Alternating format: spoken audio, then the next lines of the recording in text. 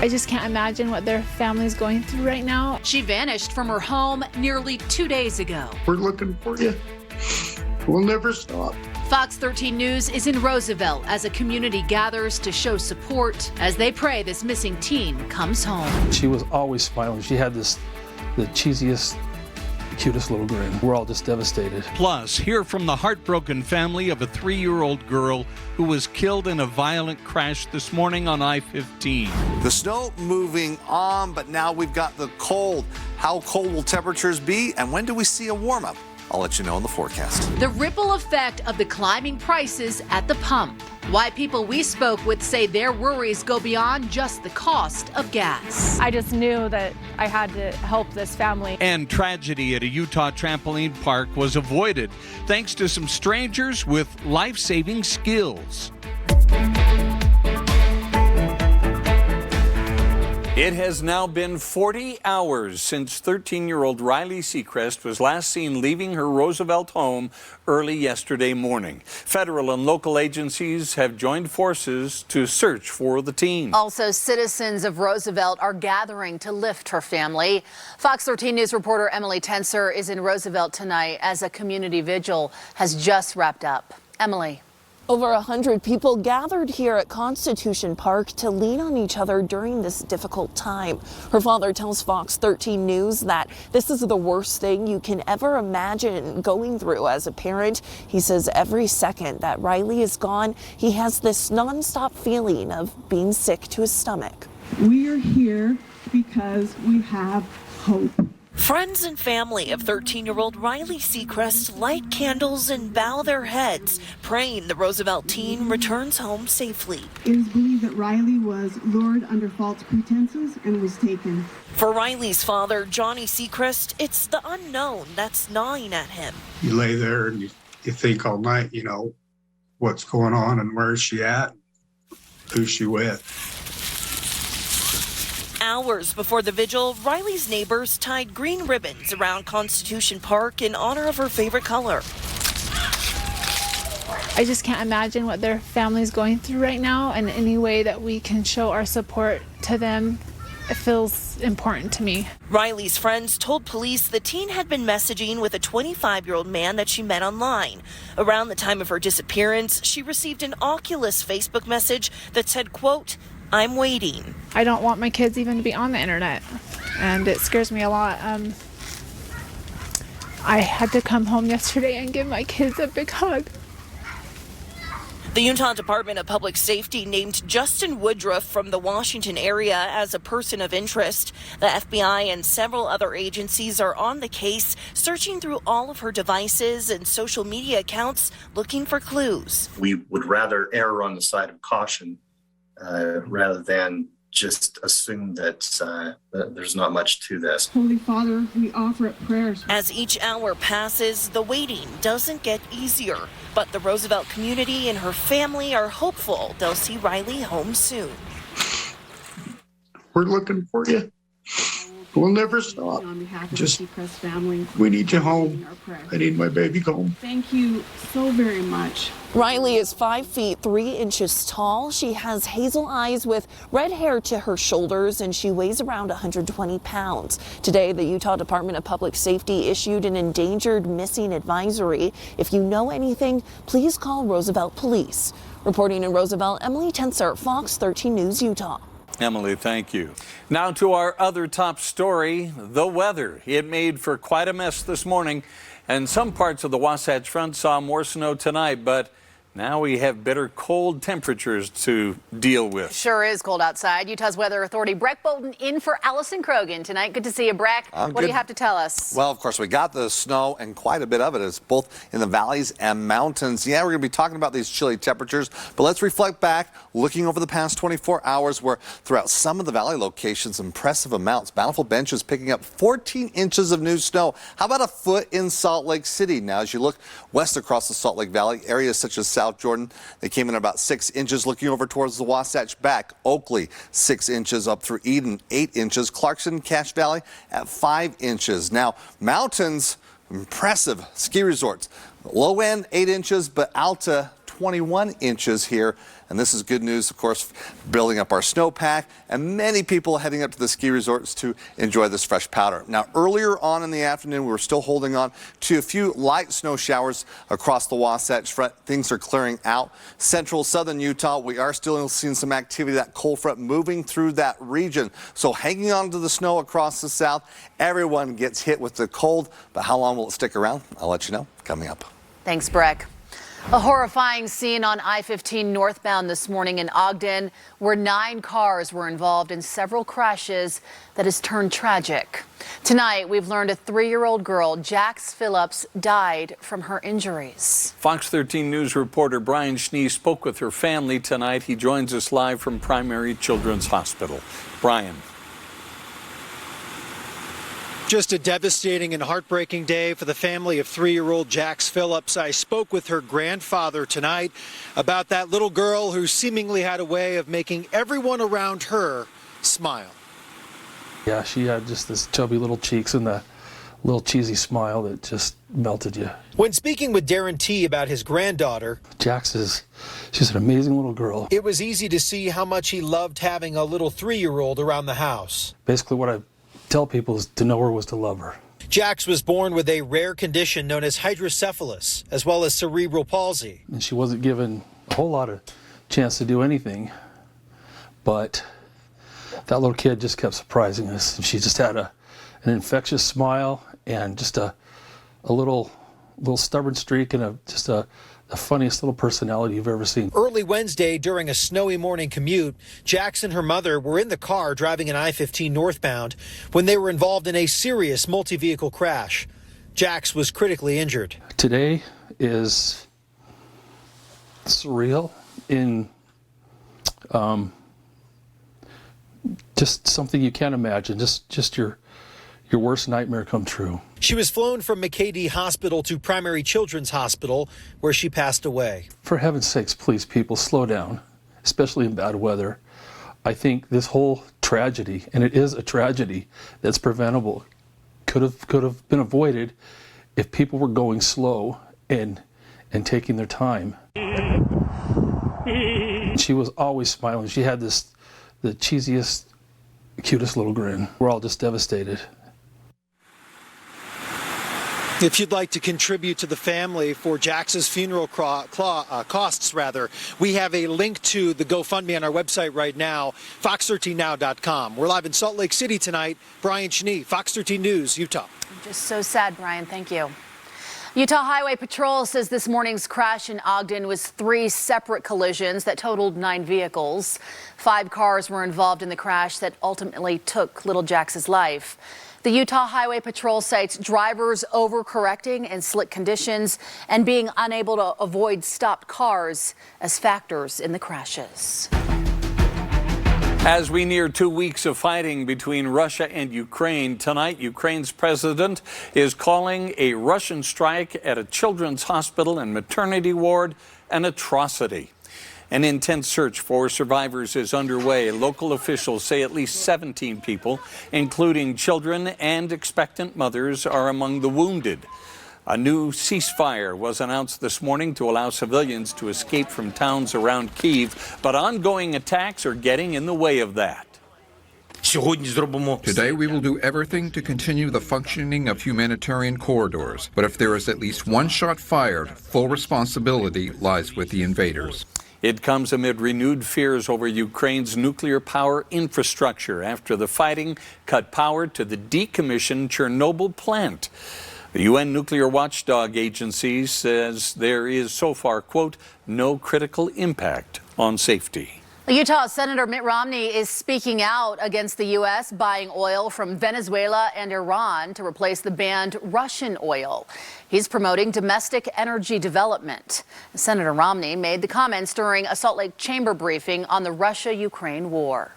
It is unacceptable for the United States of America to be going to Maduro in Venezuela asking for oil or doing the same in Iran. Absolutely wrong and unacceptable. And I hope the administration, if they've been engaged in that, stops it. A senator there specifically mentioned drilling more in Utah's Uinta Basin and building the Uinta Basin Railway to more easily transport that oil to refineries. Today, Utah Senator Mike Lee met with U.S. Supreme Court nominee Judge Ketanji Brown Jackson. Lee is on the Senate Judiciary Committee, which holds the confirmation hearings. Those will begin later this month. Senator Lee says even though he and the president's nominee disagree on a lot of things, he promises to be fair and objective in his decision-making process.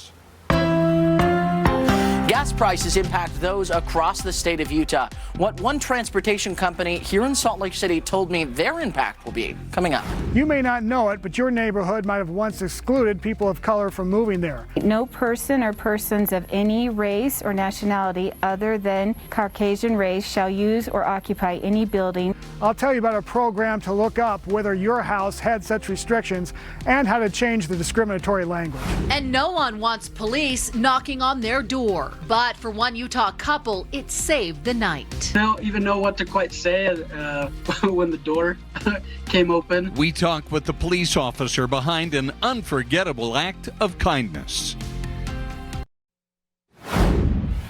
The prices just keep climbing. Utah neared a new record for gas prices today. Fox 13 News reporter Spencer Joseph takes a look at some of the consequences those prices will have.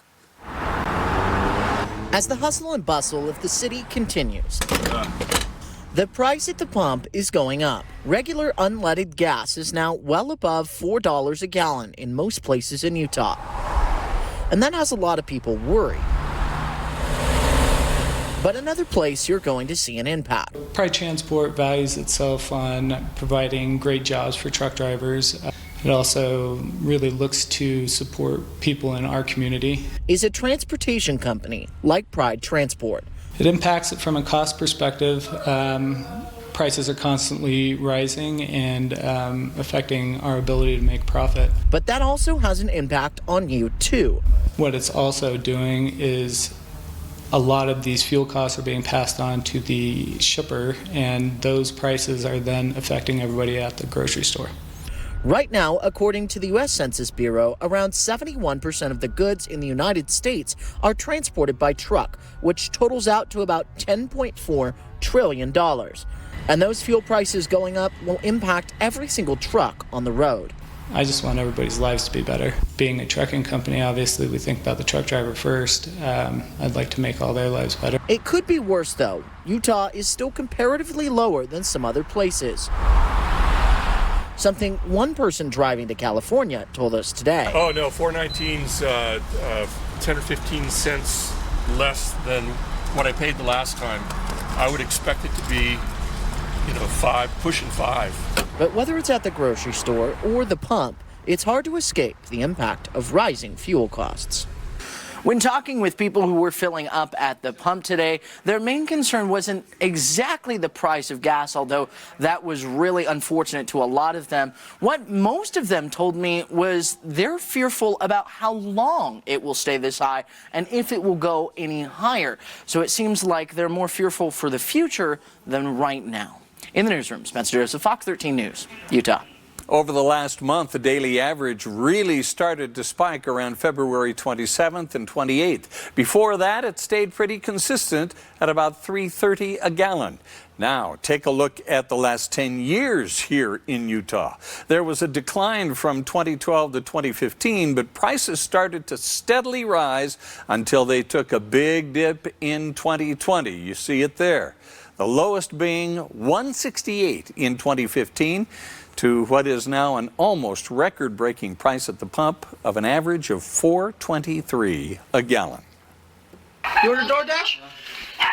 Here you go. I'm not working DoorDash, just the people that were bringing your food got caught up with us, so I came to deliver it, okay?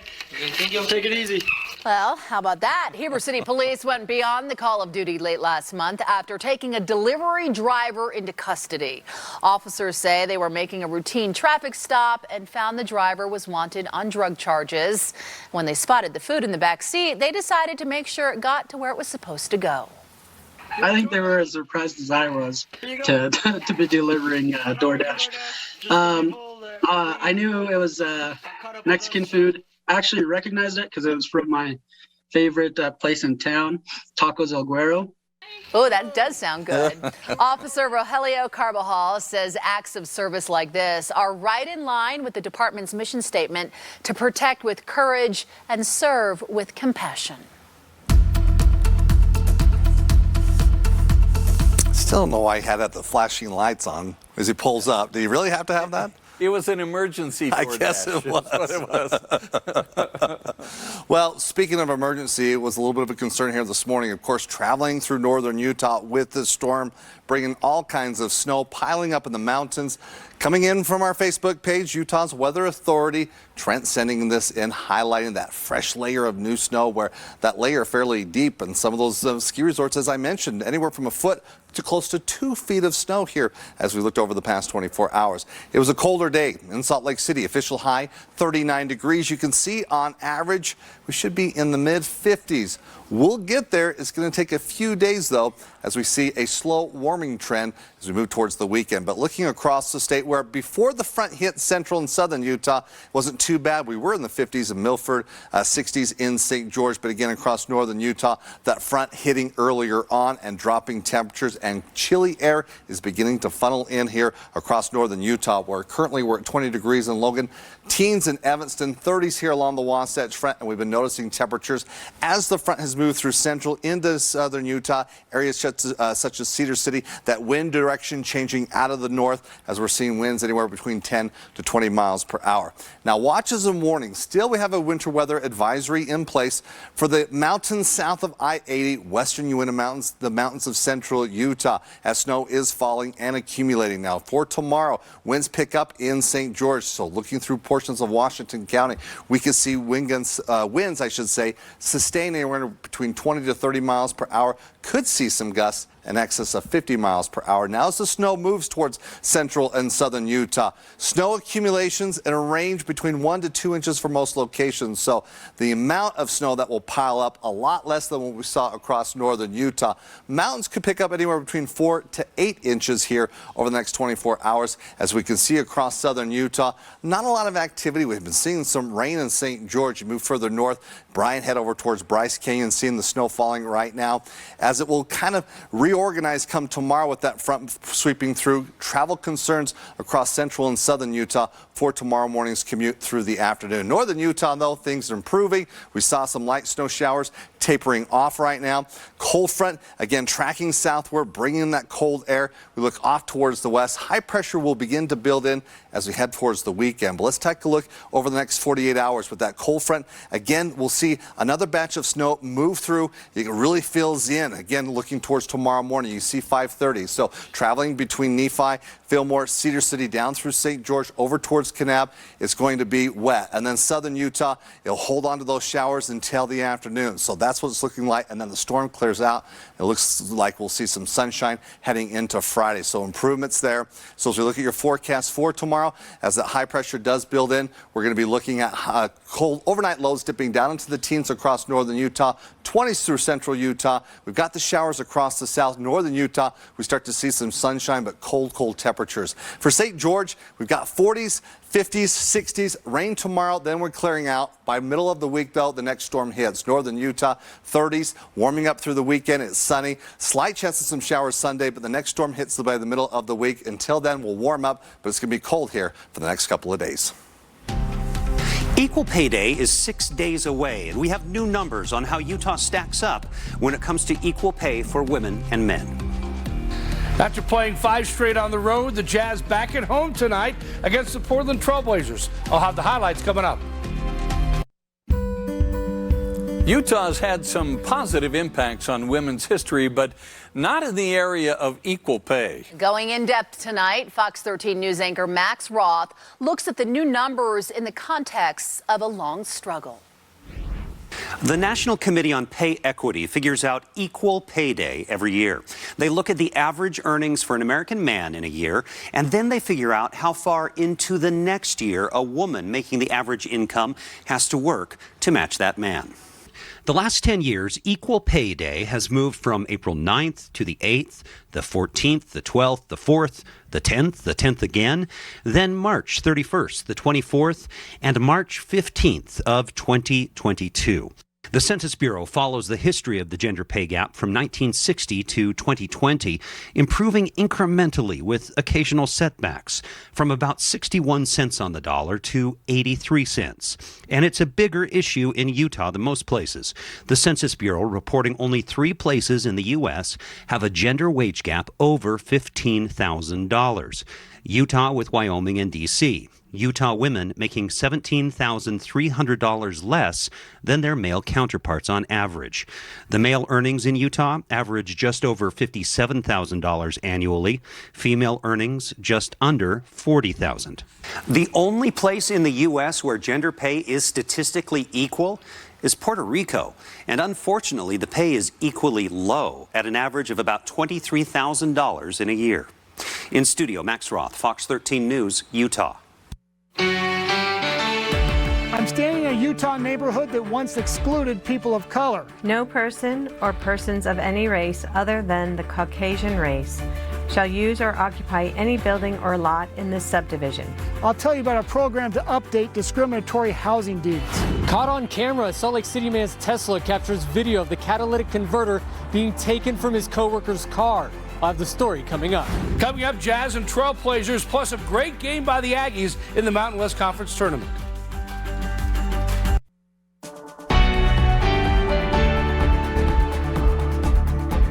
I can't even wrap my head around the fact that that would have been okay ever. It's important to keep the history of racial covenants in our books, but not necessarily in our properties deeds. Was your home built in the 1930s or 1940s? If so, there is a good chance some of your home's paperwork includes overt discrimination. It could also have language that is simply not acceptable today and hasn't been for a very long time. Here's Fox 13 News investigative reporter Nate Carlisle. We have a plat recorded by Brigham Young, an original, and there's his signature right there, Nate. There's that kind of Utah history. No person or persons of any race other than the Caucasian race. And this kind.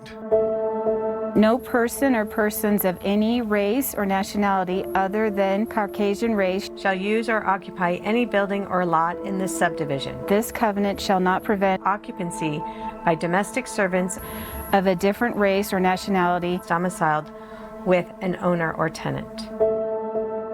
When a co-worker told Therese Grijalva those words were in deeds for homes in her neighborhood on Ogden's East Bench, I just found it gross. I mean, really horrifying to think that that ever existed. She decided to look at her own property records. I can't even wrap my head around the fact that that would have been okay ever. Neighborhoods all over Utah, like this one in Mill Creek, had language in their deeds saying only whites could own homes, excluding families of color from owning houses and from owning a piece of the American dream. A 1948 U.S. Supreme Court ruling negated such restrictive, racist housing policies.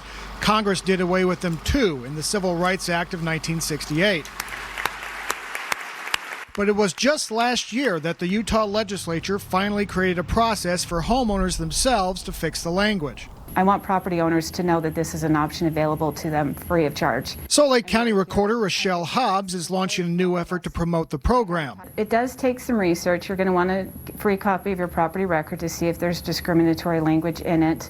And then you're going to have the template available on our website and a notarized statement that you can mail in or bring in person. Restrictions were written for homes across the country in the first half of the 20th century and are now the subject of mapping research projects from Washington, D.C. to Seattle. These are some examples of racially restrictive covenants. Jenny Nagy is an adjunct professor of economics at Weber State University who has been studying racist covenants. No person or persons of any race other than the Caucasian race. She's been finding them on properties in Weber County developed between 1939 and 1947. Maybe about 1/3 to 1/2 of developments during that time have this type of covenant. Nagy said the communities were motivated by the obvious, bigotry. Developers and property owners were concerned that racial minorities moving in would lower home values. There is not a lot of evidence to support that that is actually what would happen to property values, but that was a very prevalent conception. I think it's important to keep the history of racial covenants in our books, but not necessarily in our properties deeds. Olivia Jaramillo is the director of public outreach at Equality Utah and a U.S. Air Force veteran born in Mexico. Having those covenants removed makes a big difference as to how comfortable a homeowner feels, especially somebody who may be an immigrant or somebody who is a second or third generation American that feel themselves as wholly American. It just shows that we truly are making progress in our state. I hereby certify that this is a correct plat. Hobbs explains that history isn't being erased. The original deeds will still exist, but instead a new document will be recorded saying old racist covenants no longer apply. And that's a big point to homeowners like Grijalva. I think it is a symbolic gesture to say that systemic racism still exists, and we are going to do what we need to do to erase it or start to erase it. In Salt Lake City, Nate Carlisle, Fox 13 News, Utah. Now, to find out more about your own housing covenants and how to change them, contact your county recorder. There's also more information on our website, fox13now.com. If you have a story you'd like the Fox 13 News investigative team to look into, email iteam@fox13now.com or call the tip line at 801-536-1314. Good food and a really good cause. Chubby's Cafe in Tooele, they raised money tonight to help set up the Drake Foundation. 12-year-old Drake Hardman died by suicide last month. Friends and neighbors rallied around the Hardman family's efforts to end bullying and to teach kindness. Cafe owner Joseph Moak says Drake loved Chubby's scones. He says doing his part in helping Drake's family heal means the world to him. Be a little bit kinder to one another and try to think a little bit more of, we have no idea what's going on in their life and what's going on in their mind, and whether they cut us off on the street or whatever happens, knowing that if we can just share a little bit of kindness with them, it goes a long way. Moak says they'll keep selling T-shirts in Drake's honor. They also plan to organize another fundraising day in the future. To repair and everything with the part they have would be $3,000. A catalytic converter theft in Utah caught on camera thanks to the car sitting right next to it. What we're learning about this crime coming up. I've never really had to practice it on anyone. I just knew that I had to help this family. And she sure did. Bystanders at a Utah trampoline park jump into action to save a man who was having a heart attack. Fox 13 News talks to the man's family and a good Samaritan who stepped in. Caught on camera, a man stealing a catalytic converter off a Fashion Place Mall employee's car last Friday. Fox 13 News reporter Chris Arnold spoke with the man who had his catalytic converter stolen and his co-worker whose car recorded the whole thing. This is a video from the Fashion Place Mall parking lot in Murray around 9:30 Friday night. It shows a man working to cut the catalytic converter off of Matthew Campbell's car. It gave Campbell quite the surprise when he finished work and came out to his car. Turned my car on and it sounded like I started like a tractor lawnmower. After calling his dad, he says they were able to put it all together that his catalytic converter was taken. I was just pretty upset, kind of wish I would have come out when maybe they're doing it so I could scare them away. Luckily for Campbell, he was parked right next to his coworker, Rob Lapp.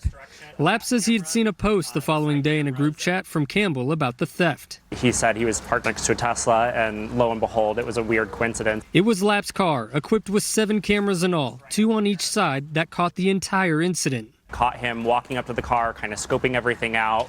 You could see that he had a drill kind of tucked up into his sleeve. Lapp took Fox 13 News step by step through each video. And then he bent down, got underneath it, and ripped it out. Catalytic converter thefts have been on the rise in Utah over the past few years.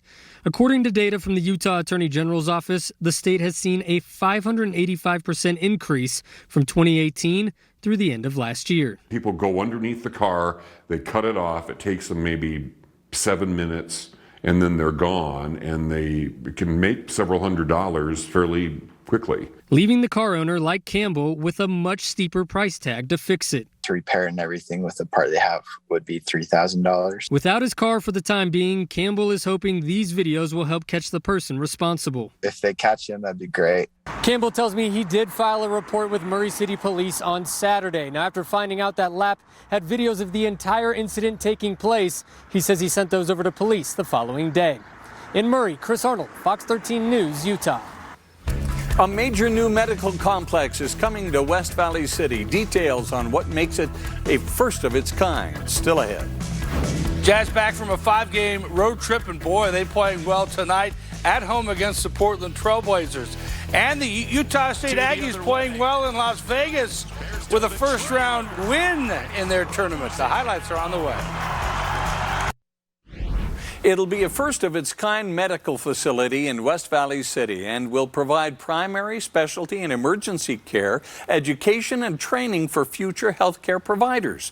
Renderings indicate Phase 1 will have a $500 million inpatient hospital and outpatient building at 3750 South, 5600 West. It'll help the 85,000 residents on the west side of the Salt Lake Valley who spend a combined 350,000 hours traveling 12 million miles every year to get medical care on the east side of the valley at University Hospital. I spoke with University Healthcare leadership this afternoon about this huge project aimed at an underserved population. There are thousands of people that are going to be involved from our healthcare system at our university to do this right and to learn and to listen. So for me personally, and on behalf of the University of Utah Health and University of Utah teams, we are humbled and we are all in, and we are ready to be creating great opportunity and access. Ground will be broken in 12 to 18 months with completion of Phase 1 in late 2026 or early 2027. There are a lot of very proud athletes in Utah tonight. You see, Special Olympics and the Utah High School Athletic Association hosted their Unified Sports Basketball Tournament at Jordan High School in Sandy today. Oh yeah, buckets. That's Gabe. He was draining the three-pointers for Brighton High. In all, 10 teams played today. Each team made up of 2 peer tutor students and 3 special needs students out on the court, playing together after months of preparation. We've been practicing passing the dribble, like dribble and then throw up in the hoops. I feel like it gives them a chance to be a high school athlete and just do things that other kids can that they can't really. And I feel like it's super good for them and they get excited and it's something for them to look forward to and work towards. The Unified Sports Program is a sanctioned high school Utah sport, and as you can probably see, promotes inclusion, teamwork, and the true meaning of sportsmanship. Today's first place winners will go on to the state tournament on March 26th at Weber State University. Important to note that you were there. I was happy to be there for all those athletes and cheer them all on. It was incredible. Now to another incredible story that is positively Utah. A 25-year-old Ogden man is alive today thanks to strangers who jumped in and performed CPR when his heart stopped. Wow, Fox 13 News reporter Eliana Sheriff met the man's family and one of the strangers who saved his life. Prepared with you. 2, 3, 4, 5, 6. We were jumping, having a good time, playing with babies. And minutes after this video was taken, 25-year-old Tristan Lawrence went from feeling dizzy to going into cardiac arrest. And they said something's wrong. Mom, something's wrong. Panicked, the family began to scream for help, asking if anyone knew how to do CPR. A lady tapped me on my shoulder, and at this point my son's blue, very, very blue. She said, honey, I'm a nurse, and let me take care of this, and I stepped back. I kind of just gave my baby to my sister and ran over there and I wasn't strong enough to do the compression, so I kind of just lifted his head up and started doing mouth-to-mouth to him. Chloe McCoy learned how to do CPR from years working as a CNA. She says she was shaking from the adrenaline of actually using it in real life. I've never really had to practice it on anyone. I just knew that I had to help this family. Tristan was shocked 7 times at the trampoline park and 4 times at the hospital. Thank God, or whatever you believe in, that somebody was there that was able to step in and save a father. CPR, especially if administered immediately after cardiac arrest, can double or even triple a person's chance of survival. About 90% of people who experience an out-of-hospital cardiac arrest die. Life is just really short and you never know what could happen, especially when you're just out having fun with your family. I think it's really beneficial that people know what to do. I didn't even realize until after how many people actually were there touching us and comforting us and being kind. It was surreal. Now, there has been a GoFundMe set up to support Tristan and his recovery. If you're interested in donating, you can find those details on our website, fox13now.com. You can also find information about where to find a CPR training near you. In Ogden, Eliana Sheriff, Fox 13 News, Utah. Well, as we move to weather, we want to show you what's going on outside right now. Of course, the snow hitting northern Utah, moving now through central and southern Utah.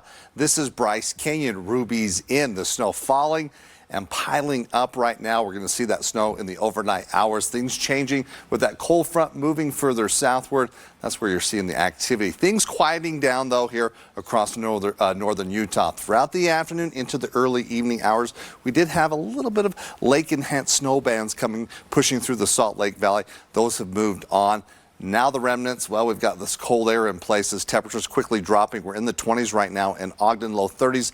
In Salt Lake City, we have this cold northwesterly flow that will be in place here for the next couple of days. Okay, storm moving south. Minor snow accumulations expected. However, because of these colder temperatures, it will stick to the roads, especially as you look at some of the mountain passes as you make your way along I-15, traveling from Nephi down through Cedar City overnight through the morning hours. Everyone gets hit with the cold air. We're going to see a significant temperature drop with afternoon highs 15 to 20 degrees below normal. But there is a weekend warm-up that we need to talk about. Winter weather advisory still in place across the mountain locations, western Uinta Mountains, mountains south of I-80 through central Utah. That's currently, that'll expire by 11 o'clock. As you can see, though, moving ahead, snow accumulations for the northern mountains, we're about done. No big concern. We're not going to see much. Southern Utah, a little different story where, again, this is not going to do a lot across southern Utah. West central Utah, you'll see some snow. Areas such as Delta, Milford, and moving further southward. But all in all, the storm, as it will be exiting the state tomorrow, but it'll have its final push here tonight through the morning hours across central and southern Utah, and then finally out of here. But improvements across the north. We've got this cold front in its position where we continue to see some showers, mainly rain in St. George. Not a lot of activity through Cedar City, but Bryce Canyon, where we show you that snow, that's what's falling right now. And it gets a resurgence through the morning hours, kind of a burst again as we look for the morning commute up until the lunch hour, then improvements expected. Now, as we take a look at your morning forecast for St. George, you've got rain showers throughout the morning. Mid-morning, it starts tapering off. You see a little sunshine. You're going to find some winds. Wind advisory tomorrow afternoon into Friday. We can see some wind gusts upwards of 50 miles per hour. Northern Utah, we don't have the winds. Partly cloudy skies. It is a cold start. We're in the teens as highs only getting up into the low 30s. So expected high 32 degrees. Again, on average, we should be in the mid 50s. So temperatures almost 20 degrees below normal. You see that blue and green, that's showers across southern Utah that'll be in place as we head into the late morning hours, early afternoon, and then it starts tapering off. But all in all, this is going to be a cold day and keeping it chilly here for the next couple of days. And even for southern Utah, that means 40s, but quickly climbing back into the 50s. You got the sunshine for the weekend, heading for the 70s. The next bigger storm hits Wednesday, brings a chance of some rain showers, better chance of seeing precipitation across northern Utah. Now, as we look at this little bit of a warm up, as we'll keep it cold here Thursday and Friday, look at those overnight lows tomorrow night, mid-teens, and then we're looking at 50s for the weekend, upper 50s by Tuesday. Next biggest storm hits Wednesday, bringing rain to in the valley, snow in the mountains, slight chance of some showers on Sunday. So we'll get some of those warmer temperatures, but you got to contend with the cold here at least Thursday and Friday. Well, after playing 5 straight games on the road, the Utah Jazz back at home tonight against the Portland Trailblazers. Jazz came out playing well. Donovan Mitchell drives and scores.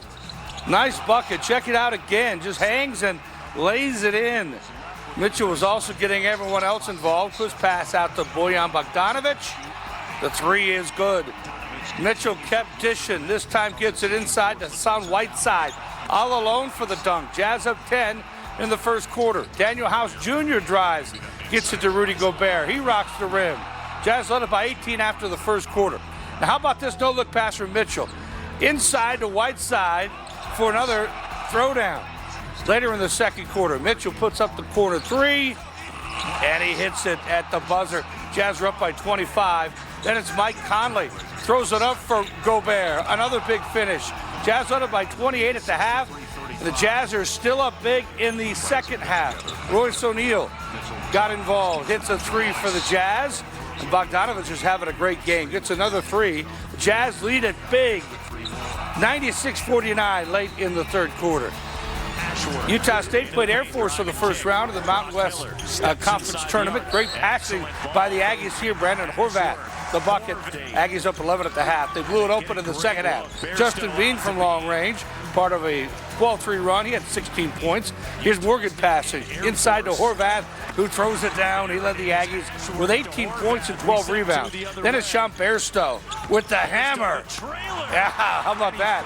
He had 11 points. Utah State won it big, 83-56. They'll face second seed Colorado State in the quarterfinals tomorrow.